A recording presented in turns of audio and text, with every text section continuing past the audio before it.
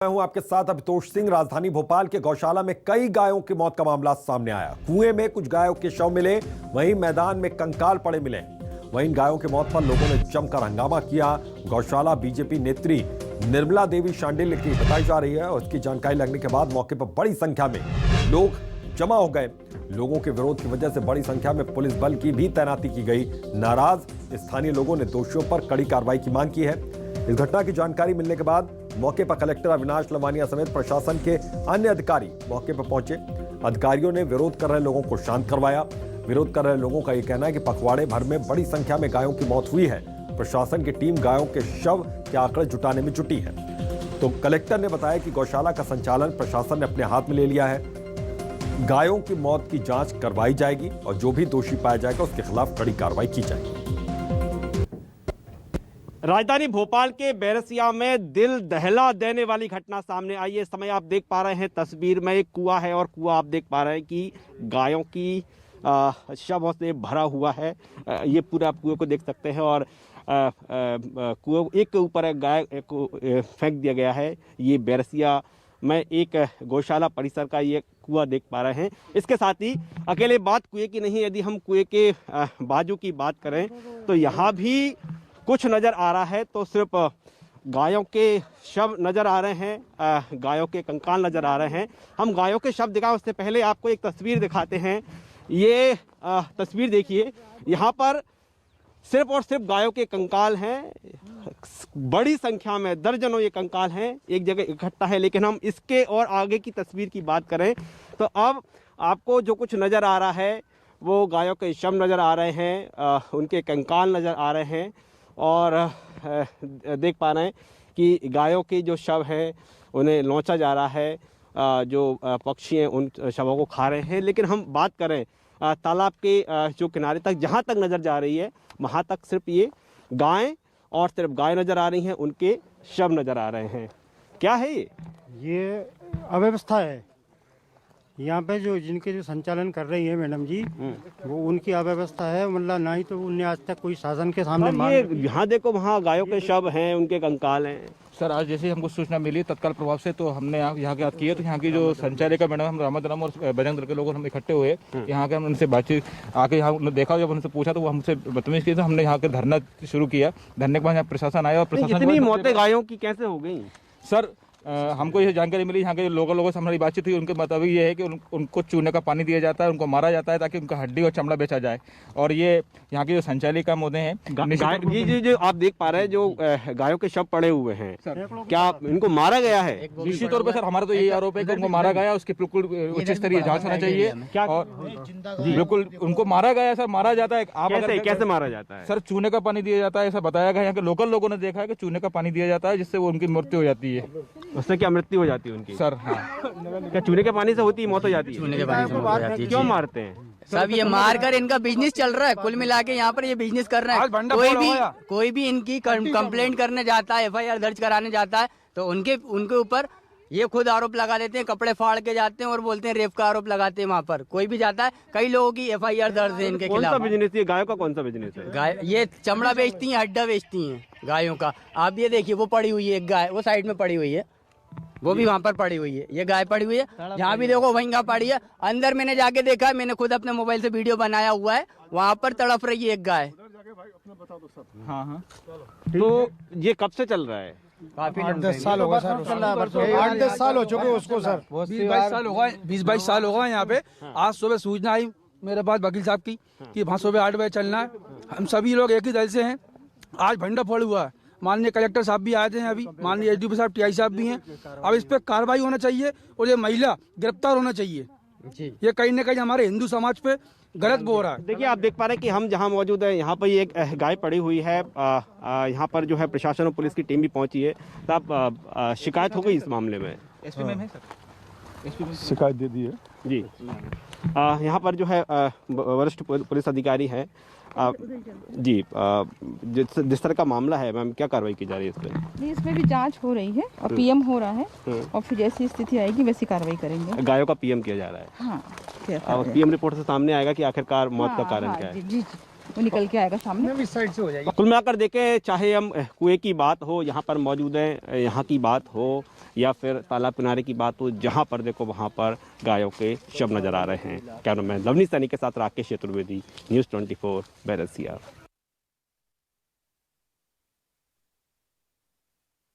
JP नेत्री निर्मला देवी शांडिल्य की गौशाला में सैकड़ों गायों की लाशें मिलने में बड़ा खुलासा हुआ।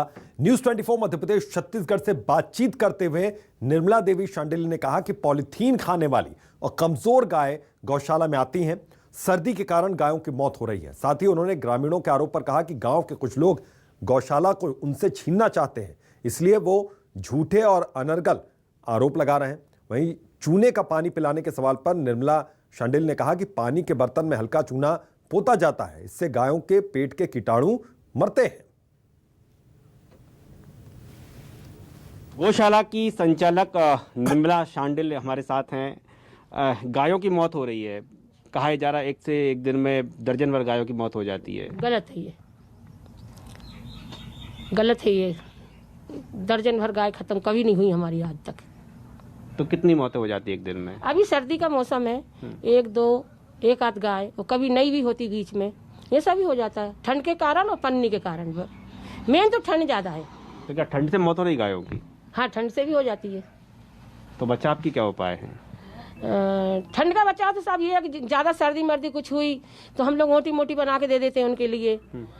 दवाई से इतना ट्रीटमेंट नहीं होता, जो मतलब हम एक मसाला तैयार करते हैं घर में गरम गरम, वो पिला देते हैं, तो उससे थोड़ा उनको रिलीफ मिल जाता है। किसी किसी को नहीं भी मिलता है। अभी तो तस्वीर ये है कि देखिए, जो हम वहाँ पर देखें गड्ढा खोदा हुआ, वहाँ पर गाय, उनके कंकाल पड़े हुए हैं, तालाब किनारे गाय गाय गाय गाय सबके सब पड़े हुए हैं। आपका कहना सही है। वो गाय पूरी हमारी गौशाला की नहीं है सर, तालाब है सरकारी, और आवारा मवेशी उसमें जाती हैं चन्ने, सबकी मवेशी आ जाती हैं इसमें, आवारा भी आ जाती हैं। अब वो उधर है ना बेशरम टाइप की है, वो उसमें घुस जाती हैं और तालाब में कीचड़ में फंस जाती है, तो बैठ जाती है, तो दिखती भी नहीं दूसरे के। हमारी तो सुरक्षित हम अंदर रखते हैं, उन मवेशी को हम कहाँ से क्या कर सकते, तो वो वहाँ बैठ के भी रह जाती। सर कुछ नगर पालिका पहले हमारी मवेशी उठाती थी, जो गाय खत्म हो जाती थी, तो हमने तभी डिस्पोजल करना तभी। गाँव के लोग तो ये भी बोल रहे हैं कि चूने का पानी पिला देते हैं, मौत हो जाती है। चूने का पानी तो हमें सभी लोग बताते हैं पिलाओ, फायदा करता है चूने का पानी। ये आप बिल्कुल बोलो कि चूने का पानी नहीं पिलाते, उसको पुताई करते हैं चूने से।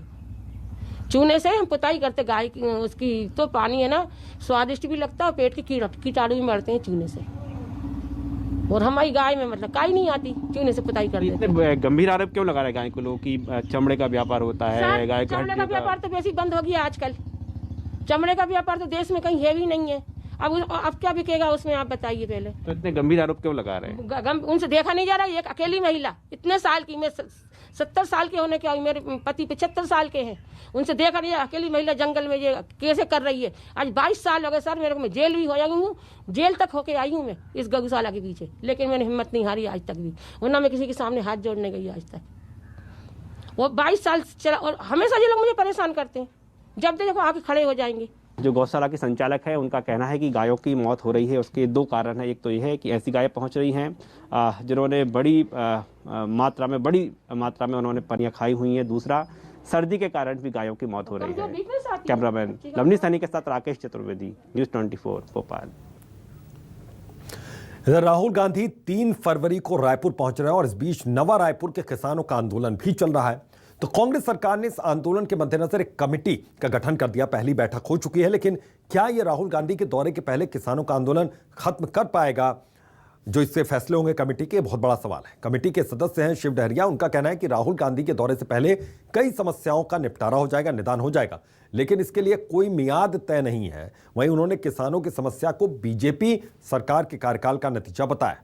वहीं सरकार में मंत्री अमरजीत भगत ने कहा कि जो सर्वश्रेष्ठ होगा वही समाधान ये कमेटी निकालेगी। किसानों के साथ हमारे मंत्रिमंडलीय समिति की बैठक हुई है और किसानों के साथ बैठक जो है सकारात्मक रही है। उन पट्टे की जो उन लोग मांग कर रहे हैं उसका सर्वे कराने का निर्देश दिया गया। उसमें हमारे किसान समिति के प्रतिनिधि भी शामिल रहेंगे, स्थानीय सरपंच और जनप्रतिनिधि भी शामिल रहेंगे, और जैसे ही सर्वे होगा पट्टे देने की दिशा में आगे सकारात्मक कार्रवाई होगी। देखिए, ये जो किसानों की समस्या है, भारतीय जनता पार्टी की सरकार ने जो वादे किए थे उससे संबंध में है, और हम लोग प्रयास कर रहे हैं कि जल्दी से जल्दी सुलझे। माननीय मुख्यमंत्री जी ने इस बात को संज्ञान में लेते हुए मंत्रियों का एक कमेटी बना दिया है और उन लोगों को जवाबदारी दिया है कि उनसे बात करें, उनका समाधान निकालें। तो इसमें निश्चित रूप से समाधान निकलेगा, जो बेस्ट होगा वो होगा। इधर दमोह से विधायक रामबाई सिंह का बड़ा बयान सामने आया। सीतानगर शाला के महंत पर गंभीर आरोप उन्होंने लगाए। महंत पर चोरी और अपराध करने का आरोप लगाया। हरि प्रसन्न दास महाराज हैं शाला के महंत। तो दमोह से बड़ी खबर, सीतानगर शाला के महंत पर गंभीर आरोप लगाए गए। महंत पर चोरी और अपराध करने का आरोप लगा है। तो हरि प्रसन्न दास महाराज हैं शाला के महंत। तो दमोह से बड़ी खबर, तो विधायक रामबाई सिंह का ये बड़ा बयान, बड़ा आरोप, गंभीर आरोप।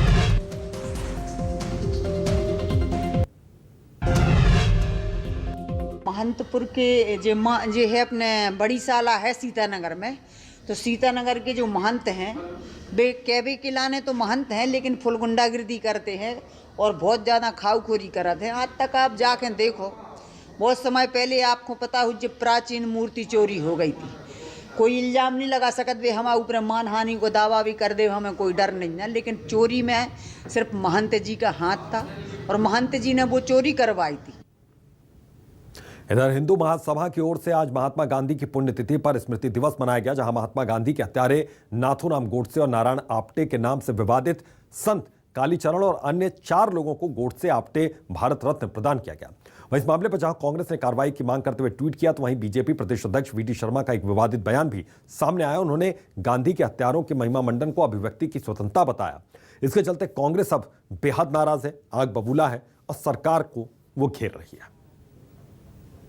आप्टे और गोडसे भारत पुरस्कार महान संत कालीचरण महाराज जी को दिया गया है और चूंकि कालीचरण जी महाराज भी जेल में हैं, तो मेरे मार्फत से उन्हें पहुंचाने का दायित्व हिंदू महासभा ग्वालियर मुझे सौंपा है। भारत रत्न देने की कोई अपनी व्यवस्था है, भारत रत्न देने की अपनी कोई सिस्टम है। अब मैं कहूँ कि मैं इनको भारत रत्न दे रहा हूँ, तो क्या इनको भारत रत्न मिल गया? ये देखिए, आप लोग भी बहुत जिम्मेदार लोग हैं। ये कोई ऐसे कोई रोड पे खड़ा होकर के कहने लग गया कि साहब मैं अब भारत रत्न हो गया, तो हो जा भैया भारत रत्न। कोई देने से दे रहा है, तो अब इसके लिए अपन क्या करेंगे? स्वतंत्रता की अभिव्यक्ति है, कोई कुछ भी कर सकता है, लेकिन ऐसा नहीं होता है इस देश के अंदर। अगर आप सरकार की बात करते हैं, तब मैंने कहा है कि गांधी जी के विचारों को जमीन पर प्रतिपादित किसी ने किया है तो भारतीय जनता पार्टी की सरकार प्रधानमंत्री मोदी जी के नेतृत्व में कर रही है। मध्य प्रदेश में लगातार कोरोना के मामले बढ़ते जा रहे हैं। सरकार ने स्कूलों को तो बंद कर दिया, लेकिन अब महाविद्यालय में विद्यार्थी कोरोना संक्रमण से भयभीत हैं। तो वहीं यूनिवर्सिटी के ओर से ऑफलाइन माध्यम से छात्रों की परीक्षा घोषित की गई। यहां तक कि कुछ कक्षाओं की परीक्षाएं शुरू भी कर दी गई, लेकिन इन सभी को स्थगित या ऑनलाइन करने की मांग तेज हो गई है। बीजेपी विधायक संदीप जायसवाल ने मुख्यमंत्री को पत्र के माध्यम से ये मांग की है उनसे कि कोरोना के बढ़ते मामलों को देखते हुए ऑनलाइन परीक्षा की जाए, नहीं तो परीक्षाओं को स्थगित किया जाए। कोरोना के बढ़ते मामलों को लेकर स्कूल की जो छुट्टियां हैं वह शिक्षा विभाग ने आगे बढ़ा दी हैं और अब इसी विषय में जो कॉलेज लग रहे हैं और एग्ज़ाम चल रहे हैं उन्हें बच्चों को बचाने के लिए एक पत्राचार किया गया है। यह पत्राचार कटनी के मुड़वारा विधायक संदीप जायसवाल जी ने किया है। सर, एक पत्र आपने जारी किया है एजुकेशन डिपार्टमेंट के लिए एग्ज़ाम कैंसिल को लेकर, क्या कहा है? देखिए, जैसा कि हम आप सब जानते हैं, कोरोना की ये लहर में इसका फैलाव ज़्यादा तेज़ी से है और खतरे कम है। खासकर क्या पूरी तरह से उन लोगों के लिए खतरे कम है जिन्होंने दोनों डोज लगवाए हुए हैं, लेकिन अभी भी दोनों डोज लगने वाले और लोग बाकी हैं और बीमारी कोई भी वो खतरनाक होती है। चूँकि कुछ जगहों पे परीक्षाएं आयोजित की जा रही हैं, तो मैंने एक सुझाव के तौर पे पत्र लिखा है कि अगर संभव हो तो ये परीक्षाएं आयोजित ना की जाएं, ऑनलाइन या अन्य किसी माध्यम से परीक्षाएं ली जा सकें तो ली जाएं, क्योंकि कोरोना से बचाना ही अभी एकमात्र हमारा उद्देश्य है। जिस प्रकार से सरकार ने स्कूलों को तो टाल दिया है, लेकिन अभी जो बात आ रही है कि एग्ज़ाम चालू होने वाले हैं महाविद्यालयों के, इसको लेके आप कहेंगे? उसी के संबंध में मैंने पत्र लिखा है, मांग की है, सुझाव दिया है कि इन परीक्षाओं को अभी ऑनलाइन या अन्य किसी तरीके से हो सके तो वह कराई जाए, क्योंकि अभी का समय उचित नहीं है। जिस प्रकार से आप देख सकते हैं कि स्कूल के बाद अब महाविद्यालयों में भी बच्चों के जो एग्ज़ाम है ऑफलाइन या ऑनलाइन के माध्यम से, जिससे बच्चे कॉलेज ना जाएं और कोरोना काल से बचें। यश खरे, न्यूज़ 24 कटनी। दुर्ग में पुलिस ने हत्या के एक मामले का खुलासा किया, जहां प्रेमी के साथ मिलकर पत्नी ने पति को मौत के घाट उतार दिया। 25 जनवरी को चरौदा हाउसिंग बोर्ड में युवक की लाश मिली थी। पति की हत्या के लिए प्रेमी के साथ महिला ने पूरी साजिश ये रची थी, तो देनदारी की रकम से छुटकारा पाने के लिए पति को मौत के घाट उतार दिया। नौकरी लगवाने के नाम पर अन्य युवक से आरोपी पत्नी और प्रेमी ने पैसे लिए थे। पैसे को वापस करना न पड़े, इसके लिए पति की मौत का बहाना बनाना वो महिला चाहती थी। सीसीटीवी फुटेज और कॉल डिटेल ट्रेस कर पुलिस ने मामले का खुलासा किया। हत्या की वारदात को अंजाम देने के बाद आरोपी खुद को कोविड पॉजिटिव बताकर अस्पताल में भर्ती हो गया। पुलिस को शक न हो, इसके लिए कोरोना संक्रमित होने की साजिश रची गई।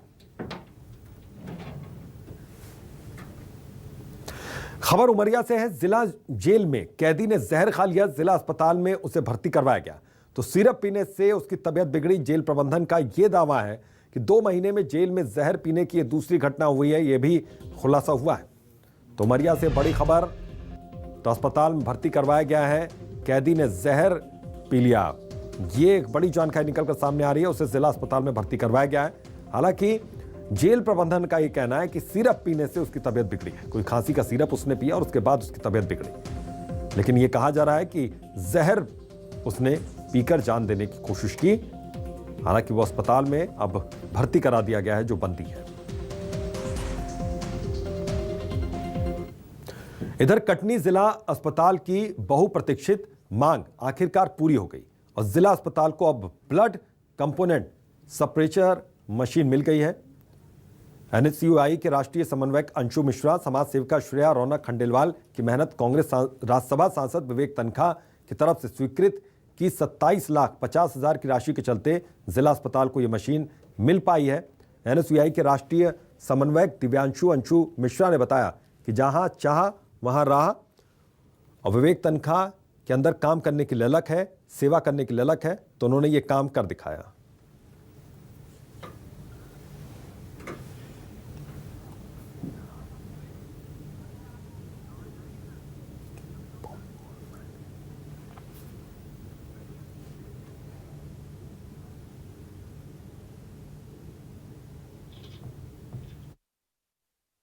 कटनी जिले की महत्वपूर्ण मांग आज पूरी हो गई है। कटनी जिले के जिला अस्पताल में ब्लड सेपरेटर मशीन आज NSUI के प्रयास से मिलने वाली है। यह मांग जबलपुर सांसद विवेक तनखा जी ने 27 लाख रुपए की राशि देकर यहां पर दी है। इसी विषय पर चर्चा करने के लिए हमारे साथ NSUI के राष्ट्रीय समन्वयक दिव्यांशु अंशु मिश्रा हैं। दिव्यांशु जी, इस प्रकार से आज आपकी मेहनत सफल हुई है, कितना टाइम लगा इस महत्वपूर्ण मांग को पूरी करवाने में? देखिए सर, प्रथम तो मैं ये बताना चाहूँगा कि ये अकेले मेरी की मेहनत नहीं थी। कटनी के सभी समाज सेवी संगठन, कई राजनीतिक संगठन, Katni blood donors and welfare society ने इस मांग को हमारे पास लेकर आया था। हमने इसको लेकर जनहित याचिका भी दायर करी थी। कुछ बहुत ज़्यादा विशेष उससे प्रभाव नहीं पड़ पाया, इसीलिए जनसेवा के पर्याय बन चुके पूरे भारत में आदरणीय विवेक तनखा जी से हमने आग्रह किया था और हम आपको बताना चाहेंगे 24 घंटे के अंदर उन्होंने मांग स्वीकृत कर